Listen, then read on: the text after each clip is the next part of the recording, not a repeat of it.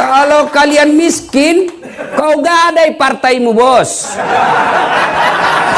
Yang ketawa, saya serius ini. Nah, mau pilih ketua umum, proposal jalan. Ada pak.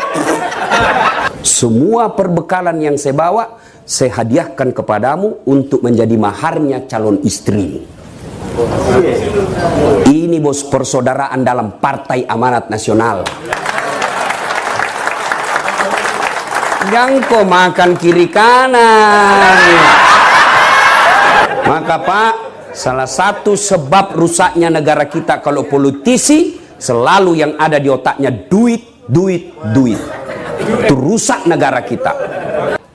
Ini sedekah. Silakan kau nikmati. Nabi mengambil 1 biji.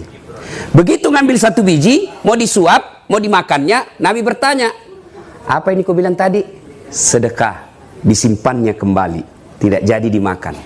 Salman berkata, ciri pertama masuk, tidak makan sedekah. Kalau pengurus PAN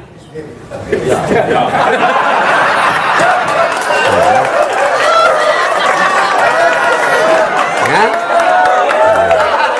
gaspol baru kau semua otakmu uang. Ya, sudah kita lanjut kisah. Ya. Nah, besok datang lagi Salman. Ya Muhammad, ini hadiah. Diambil apa? Hadiah. Nabi pun memakannya.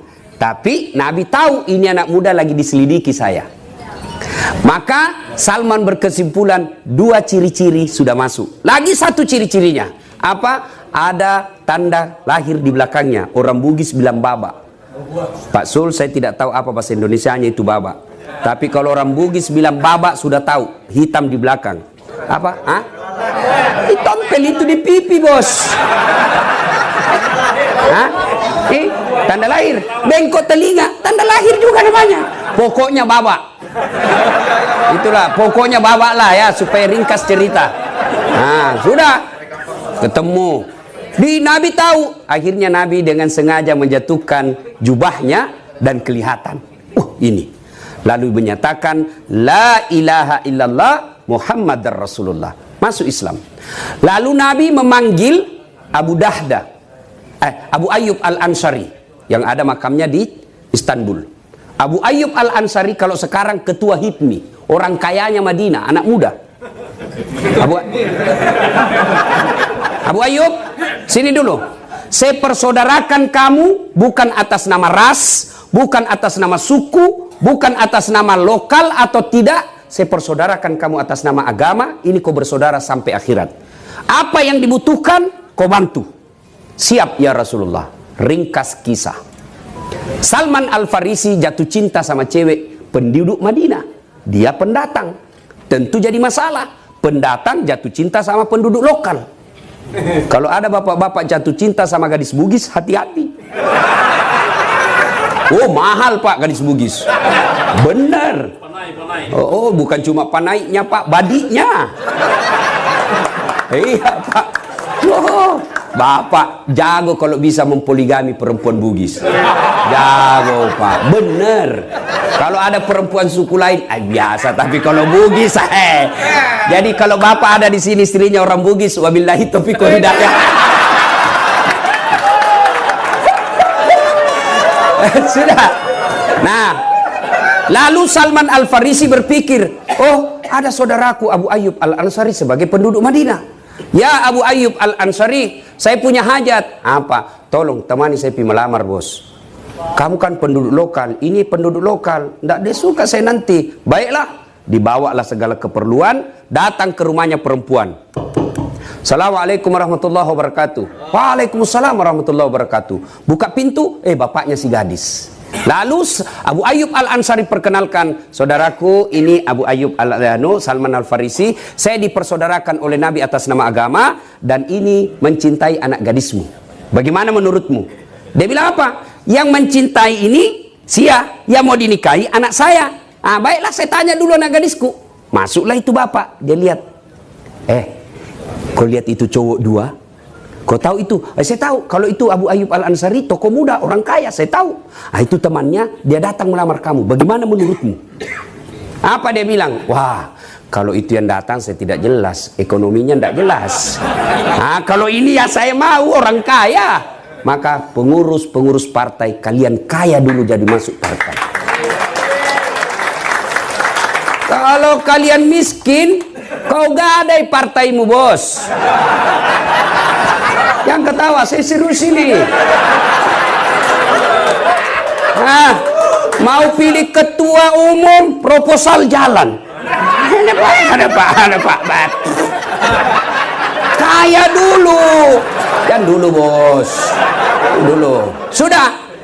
Lalu kata anak gadis ini, kalau Salman melamar saya tolak. Tapi kalau Abu Ayyub saya terima, dia mapan. Dan Islam tidak melarang kita matre. Tetapi tidak menghalalkan segala cara. Beda itu, bos. Berpikir mau kaya, baik kau kaya dulu. Orang kaya lebih gampang masuk surga daripada orang miskin. Iya, tidakkah Umar bin Khattab menjelaskan kemiskinan dan kebodohan mendekati kekufuran? Maka pengurus PAN tidak boleh menjadi pengurus beleng-beleng. Dijelaskan, sudah bikin surat, sudah pak, sudah, mana? Tinggal di print, belum sudah namanya itu. Akhirnya disampaikan sama bapaknya ini gadis, Abu Ayyub, mohon maaf, kalau kau yang lamar anakku dia terima, tapi kalau temanmu tidak diterima. Kalau bapak ajak teman melamar lalu begitu jawaban, bagaimana pada jawaban bapak?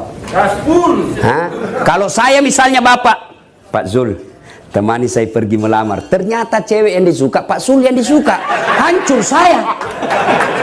Seandainya saya akan injak kakinya. Saya tahu begini saya tidak bawa kau cilaka. Tapi dengar apa kata Salman Al-Farisi. Abu Ayyub, nikahi dia. Semua perbekalan yang saya bawa saya hadiahkan kepadamu untuk menjadi maharnya calon istrimu. Ini bos persaudaraan dalam Partai Amanat Nasional. Jangan kau makan kiri kanan.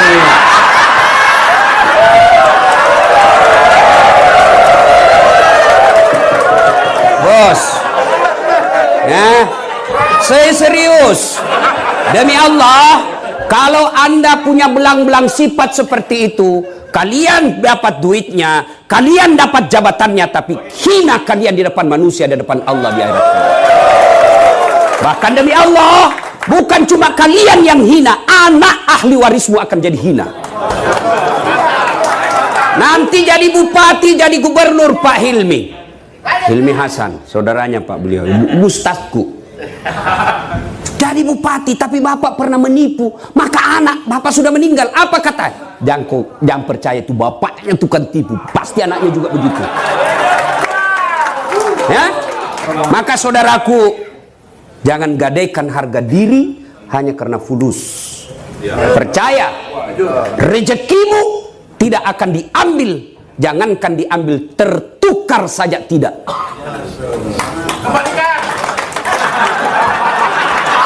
Sudah ada ke pembagian? Yes. Kalau sewa tiket bolehlah. Apalagi yang belum jadi anggota DPR, belum ada macunya. Ya mungkin seperti ini momen untuk dapat itu. Tapi kalian istiqomah dong. Jangan main tiga kaki. Ini bukan lagi dua kaki, tiga kaki, bos. Lalu apa efeknya? Selain kau punya harga diri hancur, maka bisa jadi duitmu itu yang kau makan akan menolak doa-doanya di hadapan Allah. Mau ikut pilkada 2020, ternyata dia makan duit sogok. Dia berdoa kepada Allah, ya Allah kabulkan, saya mau jadi bupati, saya mau jadi gubernur. Tapi doanya tidak diijabah. Kenapa? Dalam darah dagingnya ada barang haram. Kau tuh bilang gaspol. Iya toh. Maka Pak, salah satu sebab rusaknya negara kita kalau politisi selalu yang ada di otaknya duit, duit, duit. Itu rusak negara kita. Bos, jangan pernah kalian sangka buruk soal rezeki. Itu Allah yang ngatur. Rezekimu jangankan diambil, tertukar tidak. Tahu cicak? Apa namakan nyamuk? Cicak, apa dia makan itu cicak? Nyamuk, ndak masuk di akal toh. Satu di dinding, satu terbang. Di mana ketemu? Ndak ada terminalnya.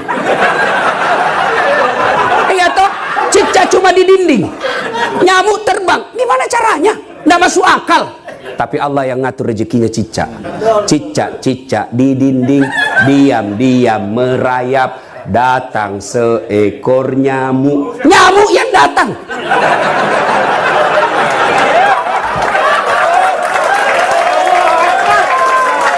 Lagu tidak mengatakan cicak lompat ke nyamuk. Wah, hancur, kasihan cicak. Maka saudaraku, Pak, serius dulu ini, serius, Pak. Bapak mau menjadi pemenang pemilu. Presiden ada dalam tangan kita. Menteri kita yang kendalikan. Caranya, bersihkan partaimu dari money politik. Kalau kalian saja baku tipu-tipu, gimana kau mau besar, bos? Gubernurnya partai lain, wakilnya PAN.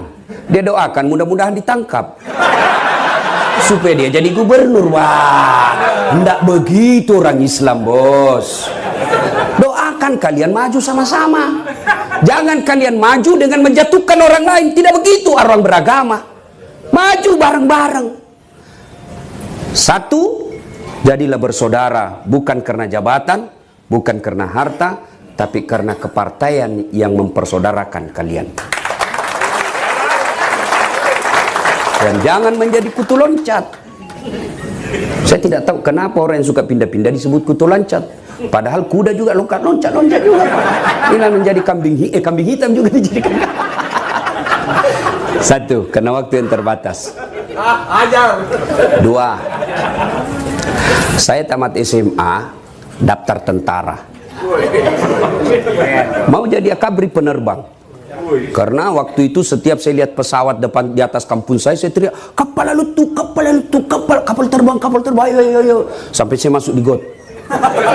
Saya bilang waktu itu bisa jitu, nanti saya naik pesawat saya meninggal. Akhirnya saya cita-cita jadi akabri penerbang. Daftarlah saya di jalan Garuda depan kantor Pertamina. Tes tidak lulus. Kenapa? Ceper. Tidak cukup tinggiku, bos. Kurang lebih di eko. Kurang lebih. Ya. Teman saya lulus. Waktu itu beliau lulus polisi. Sekarang dia di Sulbar reserse. Pakai baret merah. Saya lulus di Sospol jadi dosen dan sekarang jadi ustadz, malah pakai baret putih. Tapi subhanallah, alhamdulillah, dengan baret putih yang saya pakai, mulai baret hitam sampai baret merah, ku caramai ko semua. Allah kasih yang terbaik. Gagal jadi akabri, saya masuk fakultas kedokteran, mau jadi dokter. Saya ikut bimbingan tes. Saya sholat tahajud 40 malam berturut-turut. Saya nasar puasa. Saya ikut termasuk juara terbaik di sekolah saya.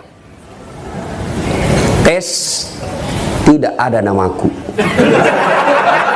Saya protes kepada Allah. Ya Allah, kenapa kau tidak kasih lulus saya jadi dokter? Kau tidak rugi jadi Tuhan kalau saya jadi dokter?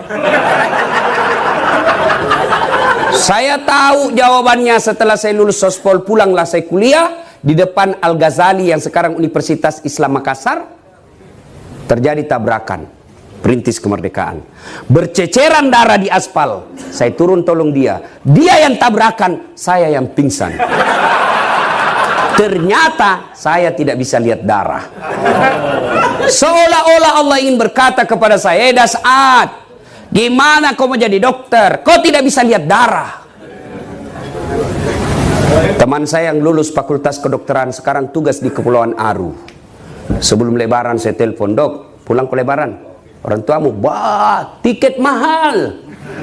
Kalau kita pegawai, nggak cukup kalau tiap tahun kita pulang. Satu keluarga bisa puluhan juta. Tiket mahal, Ustadz. Dalam hatiku, untung saya tidak jadi dokter. Saya sekarang nggak pernah bingung soal tiket.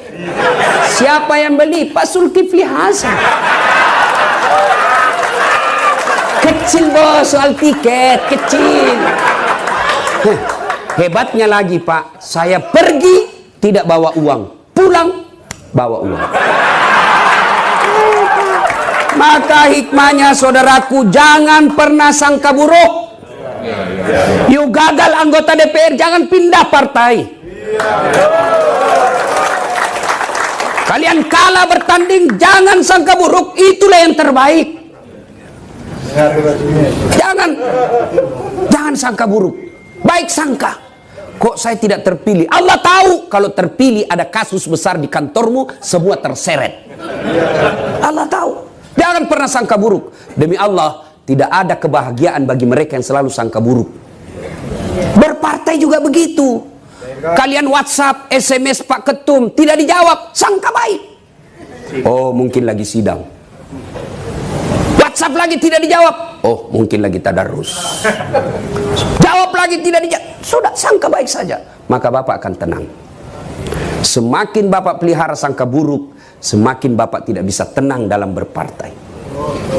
Saya tahun 2014 ikut pilkada, Pilwali Makassar. Bapak orang Makassar kan tahu.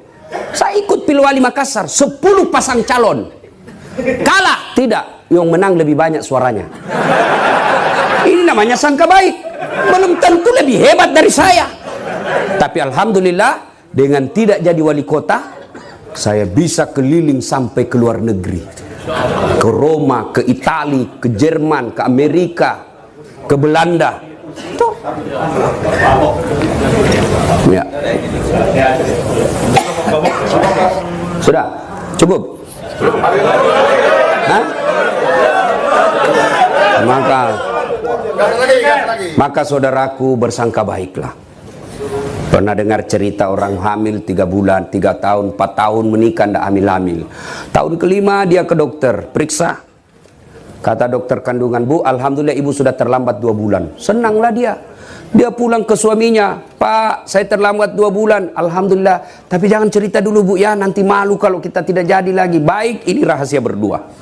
Beberapa hari kemudian datang petugas PLN. Assalamualaikum Ibu. Waalaikumsalam Pak. Siapa ya? PLN. Kenapa Pak? Ibu terlambat 2 bulan. Wih, kenapa dia bisa tahu ini? Wah, langsung sangka buruk sama suaminya. Pasti ini lagi yang cerita ini. Sudah janji tidak cerita, Pak ini cari. Datanglah suaminya masih capek, keringatan. Assalamualaikum. Apa assalamualaikum? Assalamualaikum. Kenapa itu PLN tahu saya terlambat 2 bulan? Bukan saya, pasti kamu. Marah juga lah suaminya, dituduh. Lalu dia datang ke PLN. Ada apa kau tahu istriku terlambat 2 bulan? Dia bilang ada catatannya Pak. Untuk apa kau catat-catat? Hapus itu. Boleh, tapi Bapak bayar dulu. Karena saya tidak mau bayar. Ya terpaksa punyanya Bapak diputus. Kalau punya aku diputus, apa dia pakai istri saya di rumah? Terpaksa pakai lilin.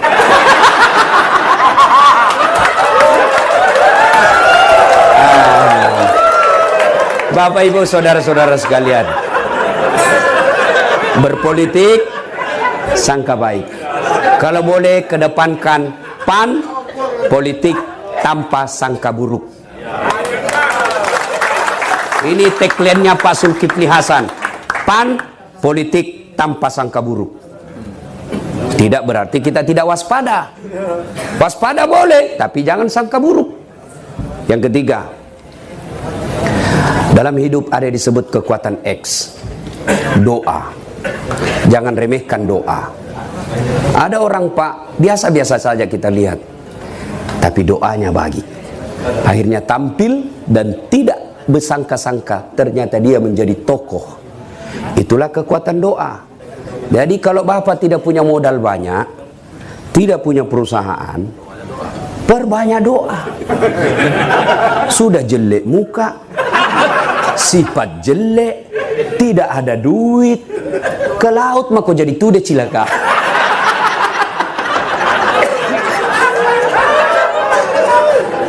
Yang keempat, untuk kita, Partai Amanat Nasional. Tidak bisa dipungkiri PAN adalah pelopor reformasi. Mestinya PAN adalah partai besar di Indonesia. Menjadi pertanyaan buat Bapak jawab dalam pertemuan ini, kenapa bisa terjadi? Hilangkan perbedaan, hilangkan sakau sangka, hilangkan sentimen, mari berumbuk baik-baik, besarkan partai besar Bapak yang nikmati. PAN besar bukan saya nikmati, tapi pengurus PAN paling rakyat. Kalau Bapak sudah terpilih, maka jadikanlah jabatan Bapak untuk menciptakan kemakmuran dan kesejahteraan rakyat. Karena manusia yang paling baik di dunia ini, kata Nabi, bukan yang paling rajin tahajud tiap malam, bukan yang paling banyak Senin Kamisnya, bukan yang paling banyak tahajudnya. Khairun nas anfa'uhum linnas. Sebaik-baik manusia di antara kalian adalah yang paling banyak manfaatnya buat orang lain. Allah menakdirkan Bapak Ibu menjadi pengurus PAN. Jadikan Partai Amanat Nasional untuk mewujudkan manusia terbaik di antara ibu bapak sekalian. Demikian, inilah tausiah kita. Mohon maaf jika ada kata dan kalimat yang tidak berkenan. Jangan saya lanjutkan, Pak Zulkifli Hasan saja yang lanjutkan. Nah, saya bukan calon, bos, saya bukan calon. Pak Zul saja ya. Mudah-mudahan hadir kita semua menjadi amal-amal kebaikan, langkah-langkah kaki kita menjadi pengumpul amal-amal kebaikan di tempat di akhirat kelak. Demikian, sebelum saya akhiri, saya mau berpantun. Ini pantun orang Sulawesi. Ya. Lebat batang, padi jerami. Padi dipanen di pagi hari. Niat hati berpoligami. Apa daya takut istri.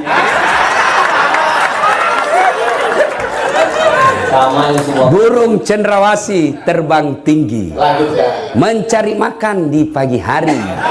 Bukan kami takut istri, cuma istri lebih berani. Mari kita berdoa kepada Allah Subhanahu wa taala. Ila hadratil Nabi Mustafa Muhammad sallallahu alaihi wasallam, summa hususil Bapak Haji Zulkifli Hasan. Al-Fatihah.